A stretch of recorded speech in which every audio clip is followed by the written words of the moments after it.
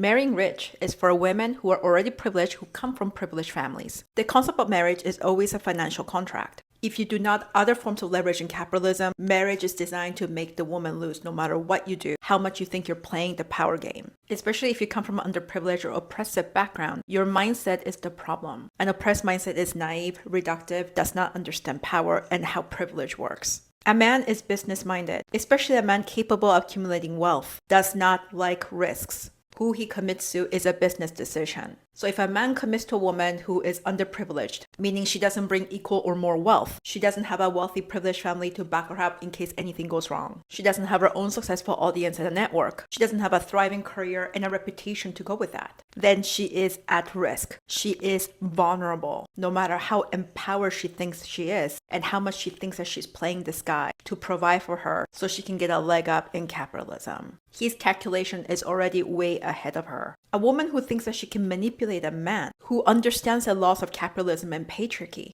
and racial context as well. He holds all the power in that relationship. That's why the soft life concept is for naive women who are understandably exhausted from lifelong intergenerational trauma and dysfunctional family, the oppressive system that holds her down. But patriarchy repackaged isn't going to solve your problems. It will in fact get you into a higher risk of getting into an abusive situation. A rich man who becomes your enemy is a lot scarier than a poor man because he has power, he knows people. He can hold you down and ruin your life in so many ways while you think that you're cleverly beating him in a game that's been designed for him to win. If you really want to win in the power dynamics, leverage the laws of capitalism and start building your fortresses. Number 1, education and a lucrative career. No one can take that away from you. Number 2, build a reputation in that industry. If you ever have to start from scratch, that's what you got going for you. Number 3, build your own network of successful people. Not only colleagues, but having a following or audience and having an influence. That's a very strong leverage.